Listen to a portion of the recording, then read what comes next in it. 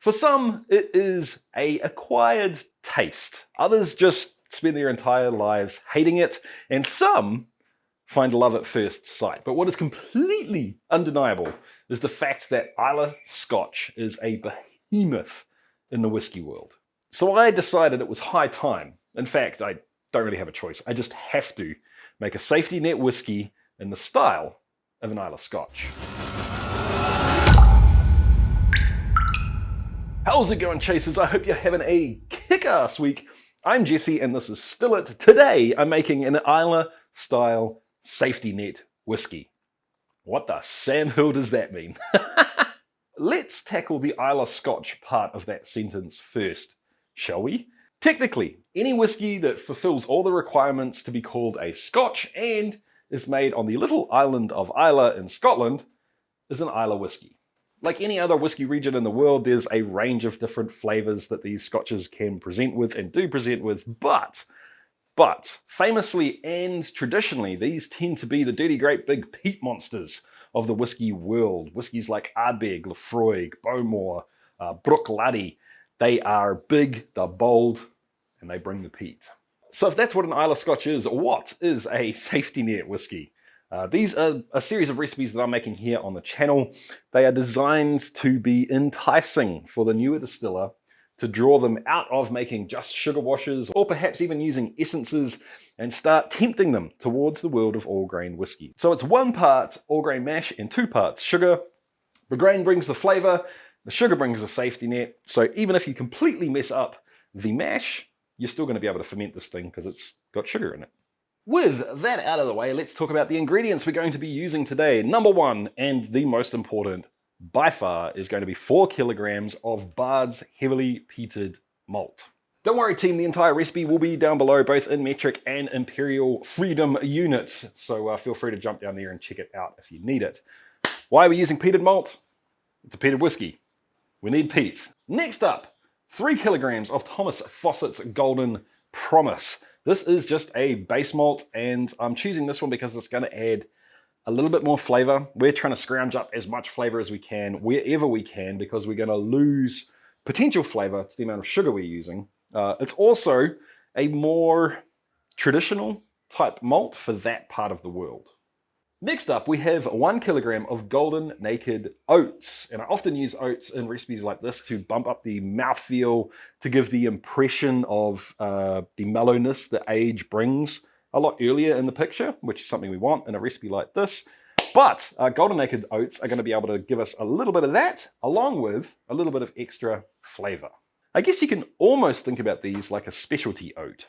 Next, we have 400 grams of medium crystal malt. That's going to give a little bit more sweetness, an impression of sweetness before the wood aging really starts to kick in. That'll help a whole lot as the whiskey is early if you don't want to age it too long. And lastly, 100 grams, just a wee bit of chocolate malt. Once again, this is just there to crowbar in a little bit more complexity and extra flavor. Before we get stuck into the mash, you're going to need to make sure that your grains are milled. And to be honest, pretty much any homebrew store that you're going to be buying this stuff from will mill it for you these days. But I mean, a lot of people like me just like to mill it themselves. Now, the last 2 safety net recipes I've made, I've done so using the T500 as a mash tun. That is totally fine, and the idea behind these recipes are that you don't need a lot of equipment and that you can make this with a big old pot and a brew in a bag if that's what you desire. But people have been asking me, can I make this with different equipment? And the answer is yes, of course.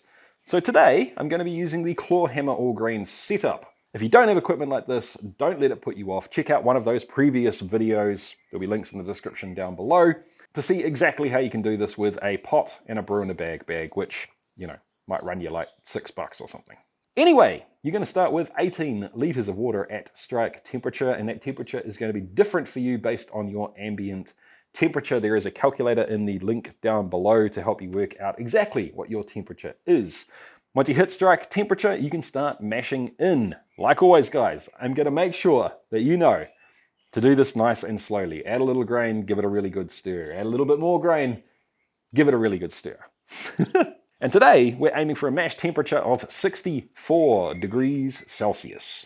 Once all the grain's mashed in, it's going to look pretty damn thick and it is time to check your temperature. If your temperature is a little bit high, top the pot up with cold water.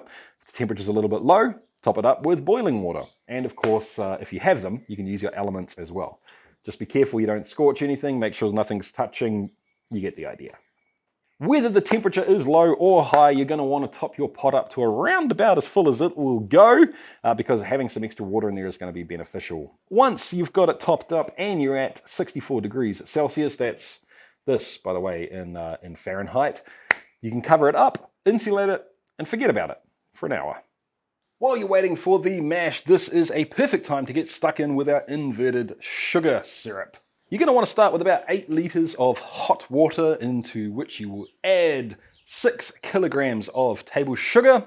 Keep stirring until it's fully dissolved, and then you can bring it up to a gentle boil. At which point it's time to add in a little bit of acid. You can use all sorts of different things. The best thing I had on hand today was lemon juice, so lemon juice went in. Give it a stir every now and again and let it boil away for 20 to 30 minutes. Once you're finished, you can add that straight on into the fermenter. Now, I'm using a big 100-litre fermenter here, but you don't have to. You could use, say, 3 or 4 smaller fermenters if you wanted to. You're going to need about 65, maybe 70 litres of fermenter space in total. Just be aware that you're not going to be able to use the full volume. Every fermenter you have, you're going to lose some volume to headspace because you don't want the stuff bubbling over as it ferments. And this is an awesome time to tell you about today's sponsor, Into the AM. They make these awesome, very, very cool graphic t-shirts. In fact, if you've seen me wearing a t-shirt on this channel and you've thought to yourself, that's a cool t-shirt, it's probably an Into the AM t-shirt. The graphics are just really freaking awesome and the range is intense. So pretty much whoever you are, whatever you're into, they're going to have something to get your juices flowing. And right now they have 20% off store-wide. I know it's getting kind of late for Christmas gifts, but perhaps you have to get some late gifts for someone. Perhaps you didn't spend as much money as you thought you were going to, and you can get something nice for yourself. Options. And even better, if you use the link or the code in the description down below, you're going to get a further 10% off. So that's 30% off. Pretty freaking awesome. All of the ingredients we're using today are highly modified brewer's ingredients, so to be honest, you probably only need maybe 20 minutes to get 90% of the conversion done. But even so, at this point, I like to give it a really good stir, cover it up again, leave it for another 15 minutes, and then we can start the mash out. So using the claw hammer setup, I just crack the valve at the bottom and start draining the wort out into a bucket. And I can use that bucket to transfer it over into the fermenter. Once all of the wort was drained out, I didn't worry about trying to get every last little drop out, because today we are actually going to do a sparge, and I'm doing a batch sparge. So close the valve and start filling it up with hot water. You want the water to be 75 degrees Celsius. Keep adding the water until the grain is just sort of covered. Give it a bit of a stir, let it sit for a couple of minutes, and drain it back out again. Keep in mind, we're going to add water later on, so we're not worried about the gravity being lower now. We're just increasing our overall yield of sugar from the grain we've got. But a little note, if you do get down to about 1.015 gravity, it's probably about time to stop. Things can go a little bit pear-shaped if you sparge too far. I filled the pot back up 1.5 times, and I was happy with that result. All of the runnings that came out went over into the fermenter. So in your fermenter, you're now going to have your inverted sugar syrup and all of the runnings from your mash. If you want to, you can add some glucoamylase into the fermenter at this point in time. This is just an enzyme that is going to ensure that this ferments out super freaking dry. It's entirely up to you. I'm not going to go into it too much in this video. Just know it's a thing and that you can use it if you want to. It is completely optional. You don't have to use it. Now it's time to start filling your fermenter up with water, and what we're aiming for here is 3 things. None of them have to be super specific, but you need to be in the ballpark for all of them. We're aiming for around about 25 degrees Celsius, so use hot water or cold water as you need to aim for that temperature. You're going to need roughly 50 to 65 litres in total. That's this. The volume really doesn't matter what you hit, it's just a ballpark to aim for. And lastly is the gravity, and we're aiming for somewhere between 1.060 and 1.065 would be a rough ballpark figure. Just so you know, I ended up with something like 65 litres and 1.062 final gravity. Once you've double checked to make sure your wash is definitely below, say, 28 degrees Celsius, ideally 25 degrees Celsius, it's time to pitch your yeast. And today I am using half and half English ale yeast and a whiskey yeast. Both of these are Angel yeast products. I'm using the Angel yeast English yeast and the AM1 whiskey yeast. Before you pitch the yeast, make sure you agitate the wash really well to oxygenate it. Pitch 35 grams of each yeast into the fermenter. Cover it up and ideally temperature control it to 25 degrees Celsius and let it go. It's probably going to take about 5 to 7 days to finish fermenting. The best way to tell is with a hydrometer. Let it sit for a couple of days after fermentation is complete, and then it's time to distill. Now it's time to get onto the fun stuff, using the still and distillation. And yes, I am going to be using the T500 for this with the alembic dome. It is a super freaking simple basic pot still. Use whatever still you have. Obviously, it's really not going to make a big difference. I would suggest you use a pot still. Anyway, the basic idea is that we fill the still up, making sure to leave a little bit of headspace so we don't puke all over the place. It's probably not a bad idea to add some butter or anti-foaming agent in as well, just to ensure that we don't puke, and start running the still. Don't worry about cuts, don't worry about foreshots. We'll deal with that later on. Collect all of the low wines and run the still as fast as it will go. If you followed the recipe so far and you're using a T500, you're probably going to need to do 3 stripping runs, which is what this recipe is designed to do. So once you finish the first stripping run, empty the leftover stuff in the still out. Ignore the questions as to why the plants next to the drain keep dying. I don't know, it's a mystery. Fill the still back up again, run it again, collect the low wines again, and rinse and repeat until you've distilled at least most of the wash. Now it's time for the spirit run. So empty the still out one last time, put all of the low wines in, along with any wash that you happen to have left over that didn't quite fit in the stripping runs. I had a little bit left over, so I put that in as well. Get the still set up, and if you can, ideally, run the still significantly slower than last time. For this run, I used the rolling cuts method that I detailed in a recent video. There's a link over here if you want to check it out. But to give you an idea of what I collected, it was 85 mils of foreshots, 1.4 litres of heads, and then I just collected hearts all the way up until it started to almost get weird. Switched over into rolling cuts again, decided what I wanted to keep, what I didn't want to keep. It turns out I kept 3.6 litres at 67% ABV and called that hearts. I then proofed that back down to 60% ABV with 420 mils of water and got ready to barrel it. Yes, that's right, barrel it.